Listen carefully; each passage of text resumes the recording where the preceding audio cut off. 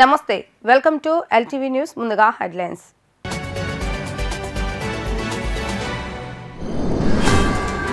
నియోజకవర్గాల ఇన్ఛార్జీల మార్పు చేర్పులతో వైసీపీ నేతలు ధిక్కారగళం పార్టీ వీడనున్న మరికొంతమంది వైసీపీ నేతలు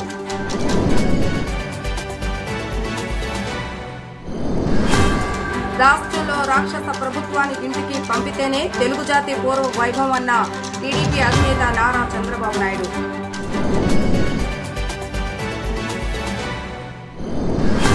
న్యాయవాదులతో జనసేన అధినేత పవన్ కళ్యాణ్ భేటీ ల్యాండ్ టైటిలింగ్ చట్టాన్ని 2 రోజుల పాటు అధ్యయనం చేస్తానని వ్యాఖ్య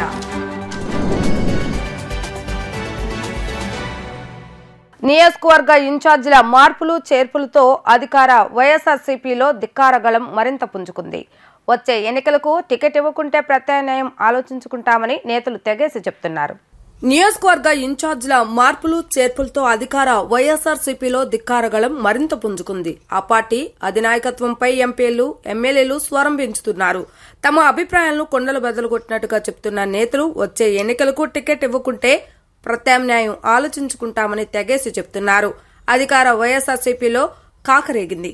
ఇంతకాలం సజ్జల రామకృష్ణారెడ్డి, వైవి సుబ్బారెడ్డి, విజయసాయిరెడ్డి లాంటి నేతల ముందు కూడా గట్టిగా మాట్లాడలేని ఎమ్మెల్యేలు ఎంపీలు ఇప్పుడు నేరుగా ముఖ్యమంత్రి ముందే కొండ బద్దలు కొడుతున్నారు. గడప గడపకు మన ప్రభుత్వం అంటూ ఇల్లు తిరిగాం, చెప్పిందల్లా చేశాం, అయినా ఇప్పుడు పనితీరు బాగోలేదంటూ టికెట్లు ఇవ్వకుంటే ఎలా అని కొందరు నేరుగా సీఎంని, మరికొందరు పార్టీ పెద్దలను నిలదీస్తున్నారు. రాష్ట్రంలో రాక్షస ప్రభుత్వాన్ని ఇంటికి పంపితేనే తెలుగు జాతికి పూర్వ వైభవం వస్తుందని టీడీపీ అధినేత నారా చంద్రబాబు నాయుడు పేర్కొన్నారు. ఈరోజు ప్రకాశం జిల్లా కనిగిరిలో రా కదిలిరా కార్యక్రమాన్ని ప్రారంభించిన చంద్రబాబు నాయుడు ఎన్నికల సమర శంఖాన్ని పూరించారు. ఏపీలో రాక్షస పాలన పోవాలన్నారు. రాష్ట్రాన్ని కాపాడుకోవటానికి ప్రజలంతా సంకల్పం తీసుకోవాలని ఆయన కోరారు. ప్రకాశం జిల్లా కనగిరిలో రా కదిలిరా కార్యక్రమాన్ని ప్రారంభించిన చంద్రబాబు నాయుడు పలు ఆసక్తికర వ్యాఖ్యలు చేశారు. గతంలో తాము యువతకు ఉద్యోగాలు ఇస్తే జగన్ మాత్రం గంజాయి సప్లై చేస్తున్నారని సంచలన ఆరోపణలు చేశారు. సైకో ప్రభుత్వాన్ని ఇంటికి పంపించి మళ్లీ మంచి రోజులు రావాలని అంతా సంకల్పం చేయాలని విజ్ఞప్తి చేశారు. ఆ రోజు ఎన్టీఆర్ తెలుగుదేశం పిలుస్తుంది రా కదిలిరా అని పిలుపునిస్తే జగన్ ఒక ప్రభంజనమై కదిలిందని, ఈ రోజు రా కదిలిరా అంటూ మీ అందరి సహకారం అడుగుతున్నానని పేర్కొన్నారు. ఈ రాష్ట్రాన్ని కాపాడుకోవటానికి రా కదిలిరా అని పిలుపునిస్తున్నానన్న చంద్రబాబు నాయుడు ప్రజలను ఉద్దేశించి ఉద్వేగంగా మాట్లాడారు. తాను పవన్ కళ్యాణ్ మాత్రమే కాదు, రాష్ట్రాన్ని కాపాడుకోవటం మనందరి సమీక్ష బాధ్యత అన్నారు. సైకో పోయి సైకిల్ అధికారంలోకి వస్తేనే మంచి రోజులు వస్తాయని వ్యాఖ్యానించారు. ఏపీ సీఎం జగన్మోహన్ రెడ్డి చేసిన పాపాలు వెంటాడుతున్నాయని, ఆయనకు ఓటమి భయం పట్టుకుందని అభిప్రాయం వ్యక్తం చేశారు. సంక్షేమ పథకాల పేరుతో మీకు ఇచ్చేది 10 రూపాయలైతే దోచుకునేది 100 రూపాయలు అని ప్రజలు ఇది గమనించాలన్నారు. సుపరిపాలన అంటే ప్రజలు ఖర్చులు తగ్గించి వారి ఆదాయాన్ని, జీవన ప్రమాణాలను పెంచాలని, కానీ రాష్ట్రంలో ఎక్కడా సుపరిపాలన కనిపించడం లేదని చంద్రబాబు నాయుడు పేర్కొన్నారు. ఆ రోజు ఎన్టీ రామారావు గారు తెలుగుదేశం పిలుస్తుంది రా కదిలిరా అని పిలిపించారు. ఒక ఉద్యమ స్ఫూర్తితో ఇచ్చారు. అప్పుడు పార్టీ లేకపోయినా ప్రజలే సాన్నిధ్యం వహించి గెలిపించే పరిస్థితికి వచ్చారు. ఈ రోజు నేను మీ అందరి సహకారం అడుగుతున్నాను. ఈ రాష్ట్రాన్ని కాపాడుకోవడానికి రా కదలిరా, ఇది మీ అందరి బాధ్యత. ఈ రోజు మనందరం చేసే సంకల్పం తెలుగు జాతి ప్రపంచంలో నెంబర్ 1 గా తయారు కావాలి. అది చేసుకునే సత్తా మనకుంది. కానీ ఈరోజు మన రాష్ట్రంలో మాత్రం ప్రజాస్వామ్యం కూడా లేకుండా బ్రహ్మాండంగా చైతన్యంతో పోయే తెలుగు జాతి భయపడే పరిస్థితికి వచ్చిందంటే ఈ యొక్క రాక్షస ప్రభుత్వాన్ని ఇంటికి పంపించి మళ్ళీ తెలుగు జాతికి పూర్వ వైభవం తెచ్చుకునే బాధ్యత మనందరిదని చెప్పి నేను మీకు తెలియజేస్తున్నా. తెలుగువారు ప్రపంచం మొత్తం 10 కోట్లున్నారు. అందులో 5 కోట్ల మంది తెలంగాణలో, ఇతర రాష్ట్రాల్లో, ఇతర దేశాల్లో ఉన్నారు. 5 కోట్ల మంది మన రాష్ట్రంలో ఉన్నారు. కనిగిరిలో ఉండేవాళ్ళు ఇక్కడ పేదరికంలో ఉన్నారు. కనిగిరి నుంచి పోయిన వాళ్ళు బ్రహ్మాండంగా కోట్ల రూపాయలు సంపాదించారు. అలాంటి అవకాశాలు ఇక్కడ క్రియేట్ చేసి ఈ వెనుకబడిన ప్రాంతమైన కనిగిరి బ్రహ్మాండంగా అభివృద్ధి అవుతుంది. అదే హామీ ఇస్తున్నా. తప్పకుండా దశ దిశ కనిగిరికి మార్చే బాధ్యత తెలుగుదేశం పార్టీ తీసుకుంటాం. మీరు అనుకుంటే ప్రభుత్వాన్ని ఎన్నుకుంటారు. ఎన్నుకున్న ప్రభుత్వం ఒక ట్రస్టీగా ఉండాలి. 5 సంవత్సరాల తర్వాత మళ్ళీ ప్రజల్లోకి వచ్చి నేను ఈ పనులు చేశానని చెప్పే ధైర్యం ఉండాలి. అభివృద్ధి, సంక్షేమం ఈ రెండు కూడా 2 కళ్ళు లాంటివి. అందుకే సైకిల్కి 2 చక్రాలు. ఈ దేశంలో సంక్షేమ కార్యక్రమాలకు నాంది పలికిన పార్టీ తెలుగుదేశం పార్టీ. ఏమి అభివృద్ధి జరగకుండా బటన్ నొక్కే కార్యక్రమం పెట్టానంటాడు. నేను అడుగుతున్నా మిమ్మల్ని అందరినీ, ఒక సుపరిపాలన అంటే ప్రజలకు ఖర్చులు తగ్గించి ఆదాయాన్ని పెంచి జీవన ప్రమాణాలు పెంచగలిగితే అది సుపరిపాలన. ఇది సుపరిపాలన కాదు. 25 సంవత్సరాల కంటే ముందు నేను ఐటీని ప్రమోట్ చేశా, ఒక విజన్ ఇచ్చా దూరదృష్టితో. హైదరాబాద్ ని కేంద్రంగా తెలుగు వారి కోసం ఒక రాజధానిని అభివృద్ధి చేశాం. ఇంకో పక్క 2014లో నేను అదే ఆలోచించాను. నేను ఒక విజన్ మళ్ళా తయారు చేశాను. 2029కి భారతదేశంలో నెంబర్ 1 రాష్ట్రం కావాలని ప్రణాళికలు తయారు చేశాను. అమరావతి, పోలవరం పెట్టుబడులు 16 లక్షల కోట్ల రూపాయల పెట్టుబడులు తీసుకొచ్చాం. నా ఆలోచనలన్నీ 2019లో మాయలో పడ్డారు. ప్రజలకు ముద్దులు పెట్టాడు, అందరూ ఓట్లేశారు. ఇప్పుడు ప్రతి ఒక్కరిని పిడి గుద్దులు గుర్తున్నాడు. మీకే కాదు, 5 కోట్ల మంది అందరం బాధితులమే. నేను ఆ రోజు కరువు సీమలో కియా తెచ్చాను. జగన్ మాఫియా తీసుకొచ్చాడు. ఆ రోజు మన యువతకి ఉద్యోగాలు తెచ్చాం. ఇతను ఈ రోజు యువతకు గంజాయి ఇస్తున్నాడు. ఇంకో పక్క మనం పెట్టుబడులు తెచ్చాం. ఇతను టెర్రరిజాన్ని తీసుకొచ్చే పరిస్థితికి వచ్చాడు.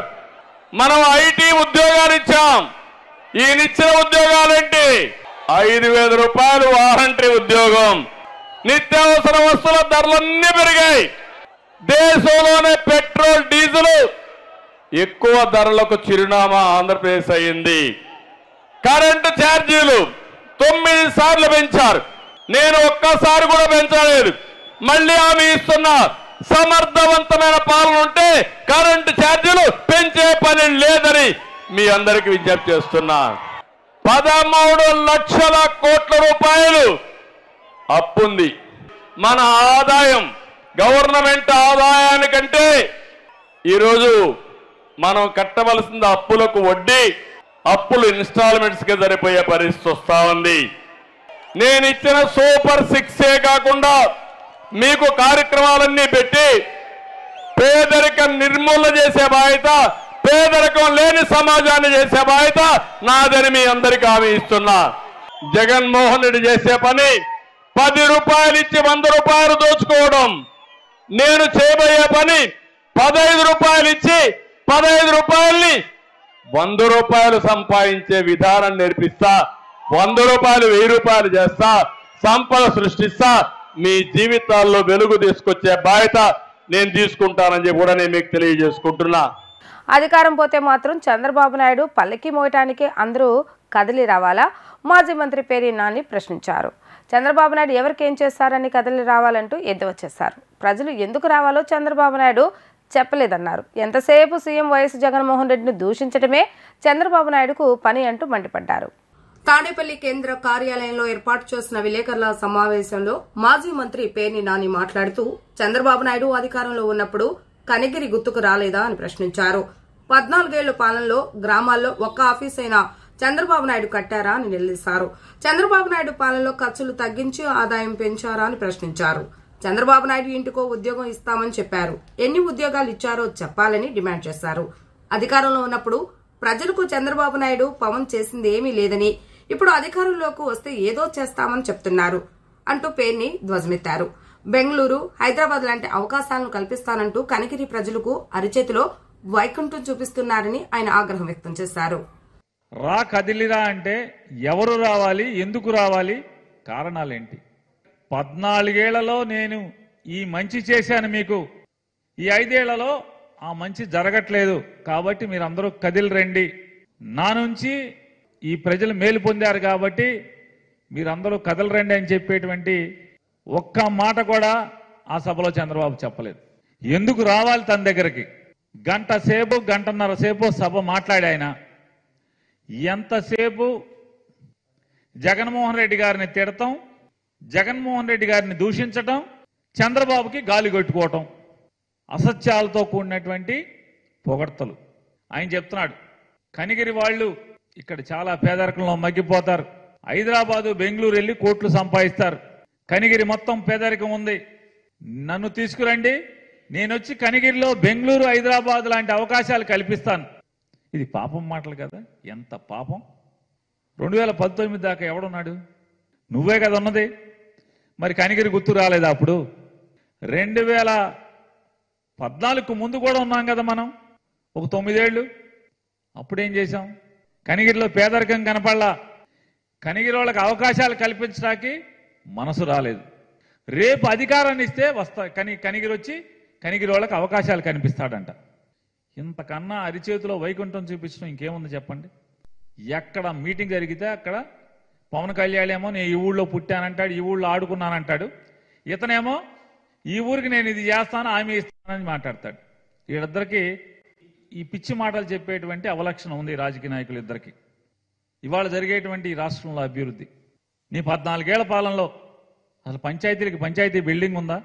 గ్రామీణ ప్రాంతాల్లో గ్రామాల్లో ఒక్క కార్యాలయం ఏదన్నా ఉందా? ఇవాళ జగన్మోహన్ రెడ్డి గారు చేసే దాంట్లో అవన్నీ ఏమైనాయి? ఇవాళ 17 మెడికల్ కాలేజీల నిర్మాణం కానీ, 4 పోర్టుల నిర్మాణాలు కానీ, వందల సంఖ్యలో రైతు భరోసా కేంద్రాల నిర్మాణం కానీ, లేదా సచివాలయ భవంతుల నిర్మాణం, అంటే పంచాయతీ ఆఫీసులు దాంట్లో ఉండేట్టుగా సచివాలయ భవంతుల నిర్మాణం కానీ, గ్రామీణ ప్రాంతాల్లో గ్రామాల్లో ఇంటర్నల్ రోడ్ల నిర్మాణం కానీ, పాఠశాలల నిర్మాణాలు కానీ, ఎన్ని లక్షల కోట్ల రూపాయలు ప్రైవేటు పరిశ్రమల ఏర్పాటుతో ఈ రాష్ట్రానికి తరలి వచ్చినాయి. చంద్రబాబు నాయుడు గారు అసలు ఈ 14 ఏళ్లలో ఎవరి ఆదాయం ఏం పెంచాడు, ఏం ఖర్చులు తగ్గించాడు అని చెప్తున్నాను. అప్పుడు దాకా తన ప్రమాణ స్వీకారం చేసే రోజుకున్నటువంటి ఏ వస్తువు రేట్ అయినా, కరెంటు ఛార్జీలు తీసుకుందాం, ఏదైనా ఆర్టీసీ బస్సులు తీసుకుందాం, దేని రేట్ అయినా తగ్గించాడా? చంద్రబాబు నాయుడు పవన్ కళ్యాణ్ కలిసి 2014లో ఇంటికి ఒక ఉద్యోగం ఇస్తా ఉన్నారు. 1,60,00,000 పైచిలుకు కుటుంబాలు ఉన్నటువంటి ఈ రాష్ట్రంలో ఎన్ని కోట్ల కుటుంబాలకంటే 1 కోటి ఇచ్చారా, 1.5 కోటి ఇచ్చారా, 1,60,00,000 ఇచ్చారా, 10 లక్షలు ఇచ్చారా? ఎవరికి ఇచ్చారు ఉద్యోగాలు? అసలు ప్రభుత్వ ఉద్యోగాలు ఏం తీసుకున్నారు? ఇవాళ జగన్మోహన్ రెడ్డి గారు వచ్చిన తర్వాత అది సచివాలయం ఉద్యోగం, ఉద్యోగం కాదా? రాష్ట్ర ప్రభుత్వంలో ఉన్నటువంటి మిగతా కార్యాలయాల్లో బేసిక్ ఎంత ఉంటుందో దాదాపు అంతే ఉంటుంది కదా. 1,40,000 మంది సచివాలయ ఉద్యోగులు, 40,000 మంది ప్రభుత్వ ఆరోగ్య శాఖలో డాక్టర్ల దగ్గర నుంచి కింద స్థాయి ఉద్యోగస్తుల వరకు 48,000 ఉద్యోగాలు ప్రభుత్వ ఉద్యోగాలు. ఇది ఉద్యోగ కల్పన కాదా?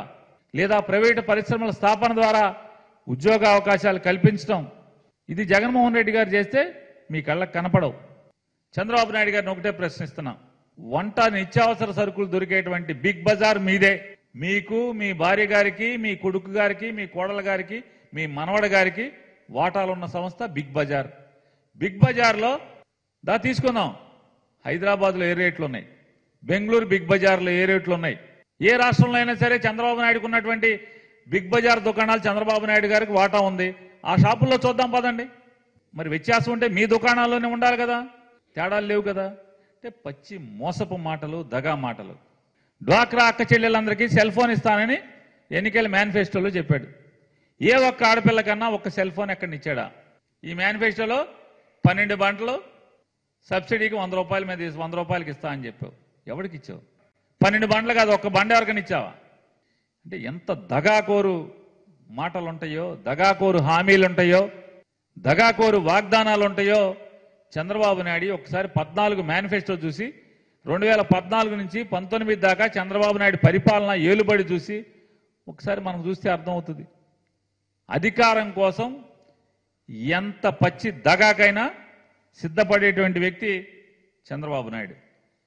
విషం చెమ్మటం, బురద చెమ్మటం పనిగా పెట్టుకుని ఈ రకమైనటువంటి తప్పుడు మాటలు మాట్లాడుతున్నది వాళ్ళు చంద్రబాబు నాయుడు గారు ఒకసారి ఆత్మ పరిశీలన చేసుకోమని చెప్పి మాట్లాడుతున్నాను. నేను ఇచ్చేవాడిని, మీరు తీసుకునేవాళ్ళు, అందరూ నాకు లోబడి ఉండాలి అనే మైండ్ సెట్ జగన్ది అంటూ జనసేనాని పవన్ కళ్యాణ్ విమర్శనాస్త్రాలు సంధించారు. ఆస్తులు దోచుకోవడానికి సులభతరం చేసేందుకే ఈ చట్టం తీసుకొచ్చినట్టుందని విమర్శించారు. ఈ చట్టాన్ని 2 రోజుల పాటు పూర్తిగా అధ్యయనం చేస్తానని ఆయన చెప్పారు. మంగళగిరిలోని జనసేన ప్రధాన కార్యాలయంలో న్యాయవాదులతో జనసేన అధినేత పవన్ కళ్యాణ్ సమావేశమయ్యారు. ఈ సందర్భంగా పవన్ కళ్యాణ్ మాట్లాడుతూ ఏపీ ప్రభుత్వం తీసుకొచ్చిన ల్యాండ్ టైటిలింగ్ చట్టంపై న్యాయవాదులు పవన్ కు వివరించారు. వారసత్వంగా వచ్చే భూమిలో జగన్ బొమ్మతో రాళ్లు ఏమిటో అర్థం కావటం లేదని అన్నారు. పట్టా పుస్తకాల్లో జగన్ ఫోటో అవసరమా అని ప్రశ్నించారు. రాజ్యాంగం ప్రకారం నడుచుకునే వారిలో ఇలాంటి ఆలోచనలు ఉండవు, ఇటువంటి పనులు చేయరని స్పష్టం చేశారు. ఈ భూ హక్కు చట్టాన్ని రాష్ట్రపతి ఆమోదం కోసం పంపారని, కానీ ఇందులోని అంశాలను ముందుగానే అమలు చేస్తున్నారని ఆరోపించారు. ఈ ల్యాండ్ టైటిలింగ్ యాక్ట్ లోని అంశాలు న్యాయవాదులకు అర్థమైనంత సులభంగా సామాన్య ప్రజలకు అర్థం కావని, అందుకే దీని గురించి అందరికీ అర్థమయ్యేలా చెప్పవలసిన అవసరం మనపై ఉందని ఆయన అన్నారు. నేను విన్నది మొట్టమొదటి నుంచి ఈ ప్రభుత్వం వచ్చినప్పటి నుంచి పట్టా పుస్తకాల్లో నా వారసత్వంగా వచ్చిన పుస్తకం మీద, పట్టా పుస్తకం మీద ఈ ముఖ్యమంత్రి ఫోటో ఏంటి, జగన్ ఫోటో ఏంటి అని చిరాకు చాలా మందిలో ఉంది. అలాగే నా పొలంలో నాకు సంక్రమించిన, నేను కొన్న కష్టార్జితంతోటో లేదంటే నాకు వారసత్వంగా సంక్రమించిన నా భూమిలో ఇతని ముఖ చిత్రంతో ఈ రాయి ఏంటి, హద్దులు రాయి ఏంటి, వీటన్నిటి వెనకాల బేసిక్గా నేను ఇచ్చేవాడిని, మీరు తీసుకునేవాళ్ళు. ఇది ఒక ప్రజాస్వామ్యబద్ధంగా దీనికి ఒక భారతదేశ రాజ్యాంగం ఉంది, దీనికి అనుగుణంగా లోబడి పరిపాలించాలి అన్న ఆలోచన ఉంటే మటుకు ఇలాంటి పనులు చేయరు. దీన్ని వీళ్ళు ముందే యాక్ట్ చేశారు. 2019 డిసెంబర్లో స్టార్ట్ చేసింది, ఆల్రెడీ ఇంప్లిమెంట్ చేసి దీన్ని రాష్ట్రపతి అప్పీల్కి పంపించారు. స్టేట్ చట్టం కాబట్టి ఇందులో ఏమేమి రాబోతున్నాయి ముందుగానే ఆచరణలో పెట్టేశారు. దాంట్లో రాళ్ళు పాతడం కానీ, లేదంటే పట్టా పుస్తకాల్లో ముఖం వేసుకోవడం కానీ. అంటే నేను అర్థం చేసుకుంది ఒక్క మాటలో చెప్పాలంటే, 1 సెంటు భూమి ఉన్న, 1/2 సెంటు ఉన్న భూమి సొంతదారుడి నుంచి ఎంత పెద్దవాళ్ళైనా సరే మొత్తం భూ హక్కులు ఎవరైతే పరిపాలిస్తారో వాళ్ళ గుప్పిట్లో ఉంటాయి. ఇది బయటికి ఎలా వచ్చింది అంటే, న్యాయవాదులకి పని పోతుంది. అంటే ఒక సగటు, నేను రోడ్ల మీద తిరిగి క్షేత్రస్థాయిలో తిరిగే వ్యక్తిగా చెప్తున్నాను, భవన నిర్మాణ కార్మికులు రోడ్ల మీదకు వచ్చిన రోజు నుంచి ఈ రోజు దాకా కొత్తగా మీరు ఈ యాజిటేషన్లోకి, కోర్టు రూముల్లో రాజ్యాంగాన్ని కాపాడాల్సిన మీరు కూడా ఈ రోజున ఈ ఉద్యమ బాటలోకి రావాల్సి వచ్చింది. అంటే మీరు చెప్తున్న ప్రతిదీ ఈ ఆంధ్రప్రదేశ్ ల్యాండ్ టైటిలింగ్ యాక్ట్ 2022 ఇది కైండ్ ఆఫ్ డ్రకోనియన్ లా. దాని ముందే మీరు గ్రహిస్తున్నారు, ఇంకా ప్రజల అనుభవంలోకి రాలేదు ఇంకా అది. అందుకని మీరు ఉద్యమిస్తున్నారు. దీంట్లో ఇది మరింత చేరువయ్యేలాగంటే నాకు వ్యక్తిగతంగా ఇంకొంచెం నాకు అవగాహన ఇంకా అవసరం. అంటే నేను లీగల్ అవగాహన లేని వ్యక్తికి చాలా సామాన్య పరిభాషలో చెప్పేది వాళ్ళ అనుభవంలోకి వచ్చేలా కావాలంటే నాకు ఇంకో కొంచెం 2 రోజులు అధ్యయనం చేయాలి నేను దీని మీద. సో నేను కోరుకునేది కూడా ఏంటంటే, ఇప్పుడున్న మీరు ఒక 5 మందితోటి మీరు ఒక కమిటీలా కూర్చొని నాకు let me do a very detailed one-on-one understanding. మనం సంపూర్ణంగా దీన్ని అవగాహన చేసుకొని ఈరోజు ఎవరైతే రాలేదో ఆర్ మోర్ హ్యూజ్ మీటింగ్ పెడతాం దీని మీద. ఇది ఖచ్చితంగా ఇది యాంటీ పీపుల్ యాక్ట్, ఇది యాంటీ కాన్స్టిట్యూషనల్, యాంటీ పీపుల్. 6వ క్లాస్ చదువుకునే విద్యార్థికి కూడా ఇది అర్థమయ్యేలాగా నేను చెప్పగలగాలి. మీరు అనుకోండి, మీరు పిలండి, then we will come and 100% దీన్ని మీరు ఏ ఆశయంతో అయితే మీరు పోరాటం చేస్తారో ఆశయం నెరవేరేలాగా ఖచ్చితంగా చేస్తాం. తుఫాను కారణంగా ఇబ్బందులు పడుతున్న కుటుంబాలకు 2 నెలల నుండి నిత్యావసర సరుకులు పంపిణీ చేయడం జరిగిందని, ఇల్లు సరిగ్గా లేక వర్షాలు పడ్డప్పుడు ఇబ్బందులు గురవుతున్న కుటుంబానికి పక్కా గృహాన్ని ఏర్పాటు చేయడం జరుగుతుందని పారేపల్లి మహేష్ తెలియజేశారు. రేవేంద్రపాడు వైఎస్ఆర్ కాలనీలో గత కొన్ని సంవత్సరాలుగా నివాసం ఉంటున్న సుమన్ కుమారి, 2 కుమార్తెలు కోటమ్మ, కోటేశ్వరి పుట్టుకతో దివ్యాంగులు అని, 3 నెలల కిందట దివ్యాంగులైన కొడుకు బలవన్ మరణానికి పాల్పడ్డాడని తెలియజేశారు.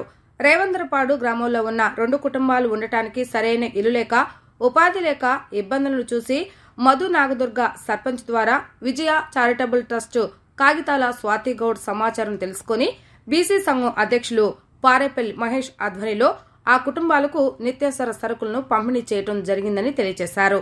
ఎమ్మెల్సీ మరుగుడు హనుమంతరావు చేతుల మీదుగా గృహ నిర్మాణ పూజా కార్యక్రమాన్ని నిర్వహించారు. మానవతా దృక్పథంతో పేదలకు సహాయం చేస్తున్న మహేష్ ని అభినందించారు. ఈ కార్యక్రమంలో బీసీ సంఘం నాయకులు కిరణ్ కుమార్, విజయ చారిటబుల్ ట్రస్ట్ స్వాతి, నాయకులు, కార్యకర్తలు, మహేష్ కుటుంబ సభ్యులు పాల్గొన్నారు. రానున్న రోజుల్లో సహాయం కోసం ఎదురు చూడకుండా బ్యాంకుల్లో కొంత నిధులను ఏర్పాటు చేయడం జరుగుతుందని పారేపల్లి మహేష్ తెలియజేశారు. మా బీసీ సంక్షేమ సంఘం తరఫున అనేక రకాల సేవా కార్యక్రమాలు చేస్తూ ముందుకెళ్తూ ఉన్నాము. ఉప సర్పంచ్ గారు ఇక్కడ రేవేంద్రపాడుకు సంబంధించి మాధు నాగదుర్గ వారు మా గ్రామంలో ఇలాంటి ఇబ్బంది ఉంది అని అంటే మొన్న తుఫాను వచ్చినప్పుడు వాళ్ళు చాలా ఇబ్బంది పడుతున్నారని వాళ్ళు చెప్పడం జరిగింది. మేము 10 మంది వచ్చాం. నిజంగా ఆ రోజు వచ్చి చూసిన తర్వాత ప్రతి ఒక్కరు కూడా ఏడుస్తూనే వెళ్ళాం. ఎందుకంటే ఒక మనిషి ఇంత హీనంగా బ్రతుకుతున్నారా, ఇంత దారుణంగా ఉందా అనేసి అనిపించి ఆ రోజు మేము మా స్థాయి అది కాదు, అయినప్పటికీ అవసరమైతే ఏదైనా సరే మన దగ్గర ఉన్నాయైనా సరే అమ్మేసైనా సరే కట్టేయాలని అంత బాధ కలిగించింది. వారికి ఏదైతే మాట చెప్పామో నెల రోజుల్లో ముందు ఇల్లు బిగిన్ చేస్తానని ఆ కార్యక్రమాన్ని పెద్దలు హనుమంతరావు గారి సమక్షంలో మా అమ్మాయి అయిన విజయలక్ష్మి గారు, మా నాన్నగారు అందరం కూడా కలిసి ఎప్పుడు కూడా నిరంతరం మేము మంచి కార్యక్రమాలు చేసుకుంటూ వెళ్తున్నాం. కొన్ని కుటుంబాలకి ఇలాంటి పేద కుటుంబాలు కొన్ని ఉన్నాయి. వారికి నిత్యం ప్రతి నెల కూడా మా స్థాయికి తగ్గట్టుగా వాళ్ళకి నిత్యావసర సరుకులు ప్రతి నెల ఇస్తూ ఆ కష్టం విలువ తెలుసు కాబట్టి వీళ్ళని చూడంగానే బాధ చేసి నాకు నా మిత్రులందరూ కూడా కార్యక్రమంతో ముందుకెళ్తున్నాం. చైర్పర్సన్గా ఉన్నప్పుడు వారికి ఒప్పచెప్పాను నేను మా బాబుని. ఇంత స్థాయికి రావడానికి ప్రథమ కారకులు హనుమంతరావు గారికి వారికి ధన్యవాదాలు. 12 రోజులుగా కాంట్రాక్టు కార్మికులు సమ్మె చేస్తున్న ఈ ప్రభుత్వానికి చిత్తశుద్ధి లేదని సిఐటియు రాజధాని సభ్యులు రవి అన్నారు. తమిళనాడు, తెలంగాణ ప్రభుత్వాలు కార్మికులకు వ్యతిరేకంగా వ్యవహరించినందుకు ప్రభుత్వాలే కూలిపోయాయని ఆయన తెలియజేశారు. మంగళగిరిలోని మున్సిపల్ కార్యాలయం ఎదురుగా 12 రోజులుగా కాంట్రాక్టు కార్మికులు సమ్మె చేస్తున్న ఈ ప్రభుత్వానికి చీమ కుట్టినట్టుగా కూడా లేదని సిఐటియు రాజధాని సభ్యులు రవి అన్నారు. ఈ సందర్భంగా ఆయన మాట్లాడుతూ జగన్మోహన్ రెడ్డి ప్రభుత్వం నిరంకుశంగా వ్యవహరిస్తున్న తీరు, రానున్న ఎన్నికల్లో కార్మికులు, ప్రజా సంఘాలు ప్రభుత్వాన్ని కూల్చివేయడం ఖాయమని ఆయన అన్నారు. ప్రభుత్వ ఉద్యోగులు కార్మికులను మోసపూరిత మాటలతో నమ్మబుచ్చుతున్నారని ఎంటీఎంసీ కమిషనర్ నిర్మల్ కుమార్కి తెలియజేశారు. ఉద్యోగులు ఇలాంటి చర్యలకు పాల్పడితే వారికి తగిన గుణపాఠం చెప్తామన్నారు. శాంతియుతంగా కాంట్రాక్ట్ కార్మికులు తమ వేతనాలు పెంచమని అడుగుతుంటే ప్రభుత్వ అధికారులు బెదిరింపు చర్యలకు పాల్పడుతున్నారని ఆవేదన వ్యక్తం చేశారు. అనంతరం కమిషనర్ నిర్మల్ కుమార్ మాట్లాడుతూ ఎవరైతే ప్రభుత్వ ఉద్యోగులు మోసపూరిత మాటలు చెప్తున్నారో వారిపై కఠినమైన చర్యలు తీసుకుంటామని హామీ ఇచ్చారు. ప్రభుత్వంపై వ్యతిరేక నినాదాలతో జీవో నెంబర్ 2ను దగ్ధం చేశారు. జగన్ ప్రభుత్వం మొండి వైఖరిని మానుకోవాలని, లేదంటే రానున్న ఎన్నికల్లో కార్మికులు తగిన గుణపాఠం చెప్తారని ఆయన హెచ్చరించారు. అధికారంలోకి రాకముందు మీరే చెప్పారు కాంట్రాక్ట్ కార్మికులందరినీ పర్మనెంట్ చేస్తామని చెప్పి. అట్లాగే ఆప్కాస్ జీతం మంగళగిరి పట్టణంలో 21,000 ఇస్తున్నారు, తాడేపల్లి పట్టణంలో 21,000 ఇస్తున్నారు. మాతో పెట్టుకుంటే, కార్మికులతో పెట్టుకుంటే తమిళనాడులో జైల్లో తెట్లా పెట్టుకొని ఏమైందో చూసాం. ఈ ప్రకారం తెలంగాణ నిన్నగా మన కేసీఆర్ ఏమైందో చూసాం. కార్మికులతో పెట్టుకుంటే నువ్వు కూడా కార్మికులతో పెట్టుకుంటున్నావు, కార్మికులు ఇబ్బందులు గురి చేస్తున్నావు, ఇచ్చిన మాట తప్పుతున్నావు, మడిని తిప్పుతున్నావు. జాగ్రత్త ముఖ్యమంత్రి జగన్మోహన్ రెడ్డి అని చెప్పి సీఐటుగా హెచ్చరిస్తా ఉన్నాం. అధికారులు కార్మికులను వేధింపులు ఆపకపోతే ఈ ఉద్యమాన్ని ఉధృతం చేస్తాం. సమ్మె పరిష్కరించే దిశగా ఈ ప్రభుత్వం చర్యలు తీసుకోవాలని చెప్పి విజ్ఞప్తి చేస్తాం. మంగళగిరి సికే జూనియర్ కళాశాలలో చదువుకున్న విద్యార్థులు చాలా గొప్ప స్థాయిలో ఉన్నారని గంజి చిరంజీవి అన్నారు. ఆధునిక సమాజంలో విద్యార్థులు చదువుకున్న ఎక్కువగా మొబైల్ ఫోన్స్ వాడటం వల్ల చదువుపైన శ్రద్ధ తగ్గిందని తెలియజేశారు. మంగళగిరిలోని చింతకింద కనకయ్య జూనియర్ కళాశాల ఆవరణలో 52వ వార్షికోత్సవం సందర్భంగా అధ్యాపకులు, పాలకవర్గం, విద్యార్థులు పాల్గొన్నారు. ఈ కార్యక్రమానికి ముఖ్య అతిథులుగా మాజీ శాసనసభ్యులు, ఎమ్మెల్సీ మురుగుడు హనుమంతరావు, వైఎస్ఆర్సీపీ ఇన్ఛార్జ్ గంజి చిరంజీవి, నీలికృష్ణ రాజేంద్ర హాజరయ్యారు. ఈ సందర్భంగా వారు మాట్లాడుతూ తల్లిదండ్రులు 24 గంటలు కష్టపడి పిల్లల భవిష్యత్ కోసం త్యాగం చేస్తారని అన్నారు. గతంలో విద్యార్థులకు చదువులు, ఆటలు తప్ప వేరే ధ్యాస ఉండేది కాదని తెలిపారు. ఈ కాలేజీలో చదువుకున్న వారు ఉద్యోగాలు, రాజకీయ నాయకులుగా, వ్యాపారవేత్తలుగా గొప్ప స్థానాల్లో ఉన్నారని తెలియజేశారు.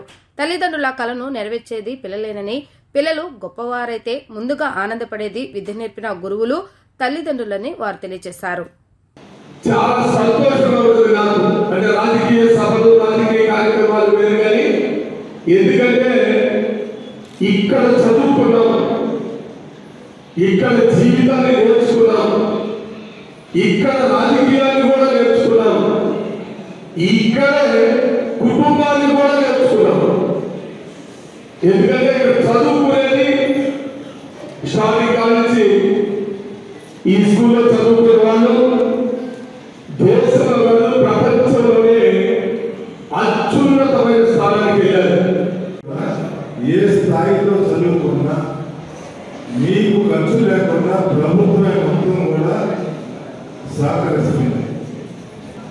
బుక్స్ కానీ అట్లానే మరి బెడ్లు బట్టలు చిన్నపిల్లల దగ్గర నుంచి యూనివర్సిటీలో కానీ ఇంజనీరింగ్ కాలేజీలో కానీ లా కాలేజీలో కానీ ఎక్కడ చదివినా మీరు ఎన్నుకున్నటువంటి చదువుని చదువుకోవడానికి ప్రభుత్వం ద్వారా ఫీజులన్నీ కూడా ప్రభుత్వమే కట్టి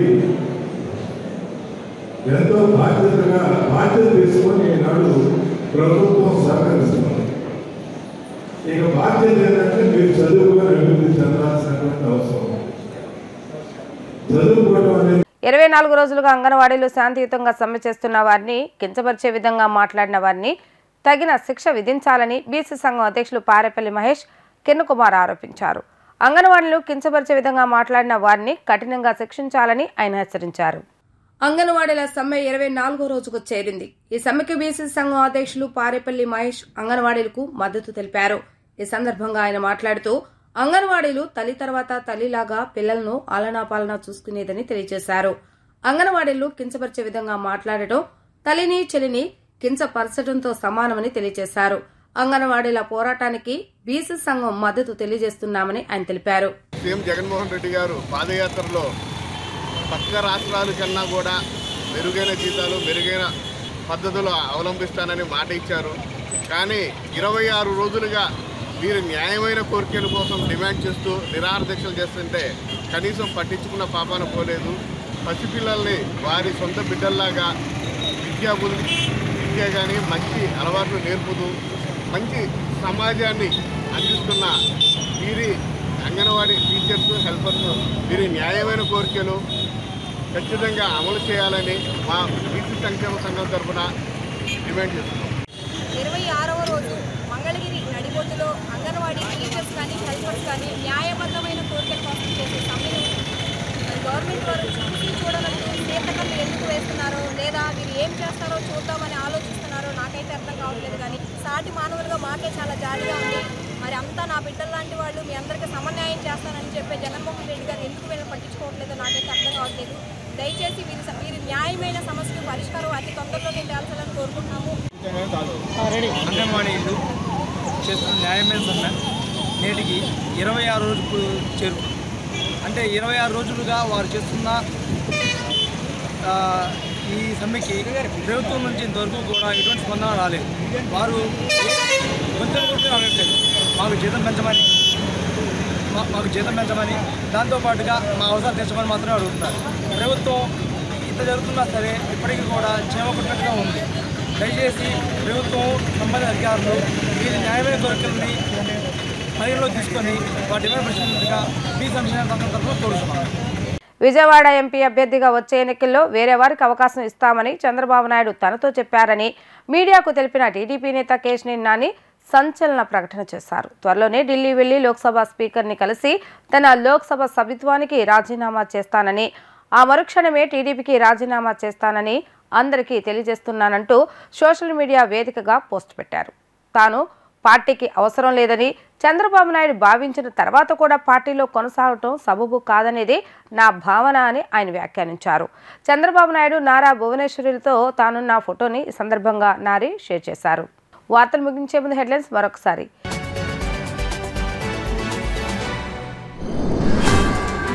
నియోజకవర్గాల ఇన్ఛార్జీల మార్పు చేర్పులతో వైసీపీ నేతలు ధిక్కారగళం, పార్టీ వీడనున్న మరికొంతమంది వైసీపీ నేతలు.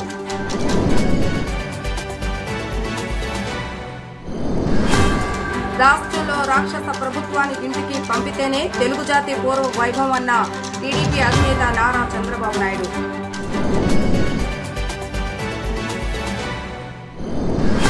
న్యాయవాదులతో జనసేన అధినేత పవన్ కళ్యాణ్ భేటీ, ల్యాండ్ టైటిలింగ్ చట్టాన్ని 2 రోజుల పాటు అధ్యయనం చేస్తానని వ్యాఖ్య.